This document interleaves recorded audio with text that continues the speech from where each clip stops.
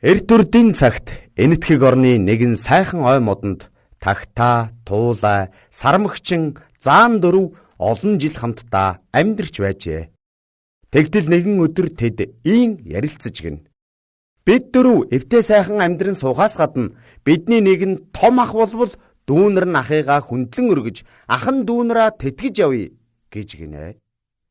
Тэгээд хэн нь ах болохыг бие биеэсээ асууж гин. Тэгтэл тэдний дэргэд нэгэн том мод байхыг үзээд заан намайг жаахан тугал байхад энэ мод надтай чацуу өндөртэй байсан.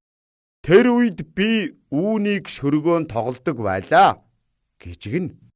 Харин бич хариуд нь намайг жаахан байхад энэ мод дүүлэн тоглох мөчөргүй надтай адилхан хэмжээтэй байсан тул сүүдэр нь намайг арайхийн халахалдаг байсан гэж гин. Энийг сонссон туулай намайг жоохон бүжин байхад энэ мод дөнгөж үндэслэж байсан тул би үндэснээс нь малтаж иддэг байсан. Харин тагтаа шувуу би нэгэн удаа модны үр зүүн нисэж яваад энд унахчихсан юм. Тэгээд энэ мод ургасан юм да гэлээ. Тэд ийхүү хэлэлцсэний дүнд хамгийн том ах нь тагтаа, удаахан туулай, дараа нь сармагчин, хамгийн отгон дүүн заан болж таарчээ. Дүүн ахыгаа хүндлэхээр хэлэлцсэн тул заан сармагчныг хүндэлж нуруун дээрээ гаргав.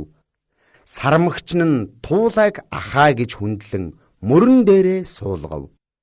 Туулай нь тагтаа шувууг ах хэмээн хүндэтгэн дээрээ гаргаж гинэ.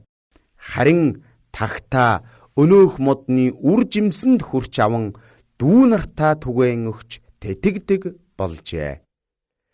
Энэ бүгдээс үзэхэд дүүн ахыгаа, ах нь дүүгээ хүндэлж хайрлавал эвтэй найртай, аз жаргалтай амьдрдгийг харуулж гинэ.